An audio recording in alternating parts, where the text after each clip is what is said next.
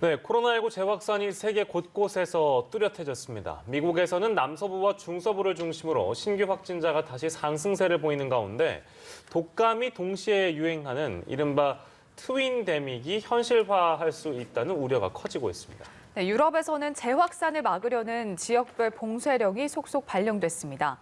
밤사이 들어온 글로벌 뉴스 김지수 기자와 살펴보겠습니다. 어서 오십시오. 안녕하세요. 네, 주말 사이에도 코로나19 많이 늘어났을 텐데요. 우선 전 세계 상황부터 정리하겠습니다. 네, 전 세계 코로나19 누적 확진자는 3,121만 명을, 누적 사망자는 96만 명을 각각 넘어섰습니다. 오늘 오전 통계 사이트 월드오미터 기준입니다. 최다 감염국인 미국에서는 누적 확진자가 700만 명을 넘었고 인도는 548만 명을, 브라질은 454만 명을 각각 넘으며 뒤를 이었습니다. 미국에서는 최근 하루 신규 확진자가 3만 명 안팎을 보이는 가운데 노스다코타, 콜로라도, 위스콘신 등 남서부와 중서부에서 다시 상승세가 나타나고 있습니다. 주목할 점은 이들 지역에서 많은 초중고교와 대학교가 대면 수업을 시작했다는 겁니다. 미주리 주에서는 16일부터 20일까지 모터사이클 축제가 열려 우려를 낳고 있습니다. 앞서 지난달 사우스다코타주에서 또 다른 대규모 모터사이클 축제가 열린 바 있습니다. 미국 확진자 가운데 26만 2천 명이 이 축제와 연관됐을 수 있다는 연구 결과가 나오기도 했습니다. 미국에서는 누적 사망자가 20만 명을 넘어섰습니다. 올 가을부터 코로나19와 독감이 동시에 유행하는 트윈데믹이 현실화하고 방역이 느슨해질 경우 내년 1월까지 사망자가 41만 5천 명에 달할 수 있다는 우려가 제기됐습니다. 인도에서는 최근 9만 명 안팎의 신규 확진자가 나오면서 인도는 전 세계에서 신규 확진자가 가장 많은 나라가 됐습니다.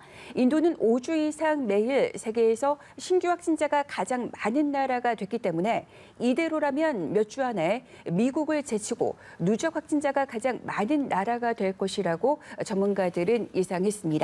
세계에서 네 번째로 누적 확진자가 많은 러시아에서는 하루 신규 확진자가 7월 이후 처음으로 6천 명대로 올라섰습니다. 그런데도 러시아는 이달 말부터 한국과 벨라루스 등 4개 나라 국민에 대해 취해졌던 입국 금지를 풀기로 했습니다. 네, 요즘 또 유럽 상황도 굉장히 좋지 않은데요. 봉쇄 조치까지는 최대한 가지 않으려고 노력을 해왔는데 상황은 어떻습니까? 네, 유럽에서는 이제 지역별 봉쇄령이 속속 발령되고 있는 그런 모습입니다. 현재 확진자가 가장 많은 스페인의 마드리드에서는 21일부터 인구 밀집 지역을 중심으로 이동 제한령이 내려졌습니다. 그런데 이동 제한령이 주로 빈민가 지역에 적용돼 주민들이 항의 시위를 벌이는 등 반발하고 있습니다. 영국에서는 정부가 28일부터 코로나19 감염자와 접촉한 후 자가격리 규정을 위반하면 최대 1만 파운드, 그러니까 우리 돈 1,500만 원의 벌금을 물리기로 했습니다. 존슨 총리는 추가 봉쇄 정책을 도입할지를 두고 고심하고 있는 것으로 알려졌습니다. 프랑스에서는 하루 확진자가 사상 최대인 13,000명을 넘어서자 해변이나 공원 등에서 10명 이상 모임을 금지했습니다. 이탈리아도 하루 신규 확진자가 2,000명에 육박하며 5달 만에 최다 기록을 세웠습니다. 게다가 20개 주 가운데 남부의 1개 주만 빼고 전체적으로 코로나19가 전국적으로 확산하는 그런 모습을 보이고 있습니다. 네, 그렇군요. 자, 그리고 이번에는 중국 앱인 틱톡과 위챗을 둘러싸고 미국과 중국 간의 움직임에 대해 좀 살펴볼 텐데 현재까지 상황이 좀 어떻게 됩니까? 네, 트럼프 행정부가 미국에서 중국 모바일 메신저 위챗의 사용을 금지하는 행정 명령을 내린 상태인데요. 그런데 미국 법원이 이러한 조치에 급제동을 걸고 나섰습니다. 캘리포니아주 법원은 미 상무부의 위챗 사용 금지 행정명령 효력을 중단시켜달라는 위챗 사용자들의 가처분 신청을 인용한 겁니다. 법원은 판결에서 행정부의 위챗 사용 금지 조치가 수정헌법 제1조에 따른 위챗 사용자들의 권리 행사에 영향을 미칠 것이라고 밝혔습니다. 위챗은 미국 내에서 1,900만 명의 사용자를 보유하고 있는 것으로 알려졌습니다. 앞서 위챗 사용자들은 위챗이 중국계 미국인들에게는 생명줄과 같은 의사소통 수단이라며 위챗 사용 금지는 수정헌법 1조에 따른 표현의 자유를 제한한다는 내용의 그런 가처분 신청을 제기했습니다. 법원은 이에 대해서 위챗은 중국계 커뮤니티의 많은 사람들에게 사실상 유일한 의사소통 수단이고 위챗 금지는 원고들의 의사소통 수단을 제거하려는 것이라며 가처분 신청 인용이 공익에 부합하다고 밝혔습니다. 미 상무부는 공식 논평을 내진 않았지만 긴 법정 싸움을 준비하고 있다는 목소리가 상무부 안에서 나오고 있습니다. 네, 알겠습니다. 이번에는 한동안 좀 잠잠했던 미국과 이란 간의 갈등 문제를 살펴보려고 하는데요. 미국이 이란에 대한 유엔 제재를 복원한다고 선언했다, 이런 소식이 들어와 있습니다. 이란 반발이 매우 클 것 같은데 어떻습니까? 네, 이제 하산 로하니 이란 대통령은 우리는 미국의 압박에 결코 굴복하지 않을 것이며 미국의 협박에 치명적인 대응을 가할 것이라고 강도 높게 비난을 했습니다. 앞서 폼페이오 미 국무장관은 유엔 안전보장이사회 위원회 결의안에 명시된 규정에 따라 제재 복원 절차, 이른바 스냅백을 발동한다고 밝혔습니다. 스냅백은 2015년 이란이 주요 6개 나라와 체결한 핵 합의를 이행하지 않을 경우 완화한 제재를 다시 복원할 수 있다는 조항입니다. 하지만 유엔 안전보장이사회 회원국 대다수가 미국이 제재 복원을 주장할 법적 권한이 없다고 보고 있어 반발이 예상되고 있습니다. 영국, 프랑스, 독일은 유엔 제재를 복원하는 그 어떤 결정도 법적 효력이 없다는 입장을 이미 안보리에 전달했습니다.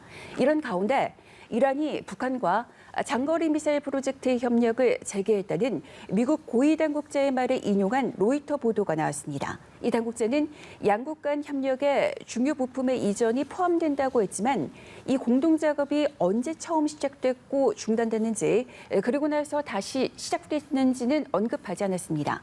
사실 북한과 이란은 반미 진영에서 전통적인 우방으로 그동안 탄도미사일과 핵기술 분야에서 협력한다는 의심을 받아왔습니다. 네. 자, 그리고 미국 대선 이제 6주 앞으로 다가온 상황인데 연방 대법관 긴즈버그 대법관의 타계로 인해서 후임자 인선을 해야 되는데 이게 이제 대형 이슈로 미 정치권에서 떠올랐다면서요? 상황이 어떻습니까? 네, 트럼프 대통령이 이번 주에 후임 대법관 지명을 공식화한 데 이어서 여당인 공화당도 인준 표결에 나설 것을 천명했지만 민주당은 총력 저지한다는 그런 방침입니다. 이런 가운데 공화당 상원의원 2명이 대선 전 인준 표결 반대 의사를 밝히면서 공화당에 비상이 걸렸습니다. 낸시 펠로시 하원의장은 방송에 출연해 트럼프 대통령의 후임 대법관 지명과 상원 인준 표결을 저지하겠다는 뜻을 밝혔습니다. 펠로시 의장은 상원이 올 대선 이후 레임덕 기간에 대법관 인준을 밀어붙일 경우 트럼프 대통령과 윌리엄 바 법무장관의 탄핵 가능성을 묻는 질문에 대해서 선택권을 갖고 있다고 말을 했습니다. 직접 탄핵을 거론한 건 아니지만 트럼프 대통령과 여당이 후임 대법관 인준을 강행할 경우 탄핵까지도 불사하겠다는 의지를 천명한 것으로 해석되고 있습니다. 한편 리사 머스키소 공화당 상원의원은 대선 전 새 법관 지명자에 대한 표결에 반대한다고 밝혔고, 같은 당 수전 콜린스 상원의원은 새 법관 지명은 대선에서 이긴 대통령이 해야 한다고 주장했습니다. 이 말은 공화당 상원의원 2명이 대선 전 인준 표결에 반대 의사를 공식화했다는 것을 말씀드린 겁니다. AF통신은 2명의 공화당 상원의원만 더 합류한다면 표결이 저지되고 연기될 수 있다고 보도했습니다. 네, 마지막으로 일본 소식인데요. 얼마 전에 취임한 스가 요시히데 일본 총리가 미국의 트럼프 대통령과 첫 전화회담을 했다면서요? 네, 스가 요시히데 일본 총리가 이제 어제 트럼프 미국 대통령과 첫 전화 회담을 한 후에 미일 동맹 강화에 합의했다고 밝혔습니다. 또 북한의 일본인 납치 문제와 관련해서는 조기 해결을 위해 과감하게 대응하겠다고 트럼프 대통령에게 전면적인 지원을 요청했다고 말했습니다. 스가 총리가 트럼프 대통령 다음으로 전화 회담을 추진하는 외국 정상이 누구인지는 현재 알려지지 않은 상태입니다. 그는 취임 후 첫 기자회견에서 중국과 러시아를 포함한 가까운 이웃나라와 안정적인 관계를 구축하고 싶다고 했지만 역사 인식 문제를 놓고 대립해온 한국에 대해서는 의도적으로 언급을 피하는 인상을 풍겼습니다. 이 때문에 문재인 대통령과 스가 총리의 전화회담 성사 가능성이 주목되고 있습니다. 한편 스가 총리는 26일 유엔 총회 연설에서 북한에 의한 일본인 납치 문제를 주요 의제로 다룰 것이라는 전망이 나오고 있습니다. 네, 이 소식까지 만나봤습니다. 글로벌 브리핑 김지수 기자였습니다. 고맙습니다. 고맙습니다.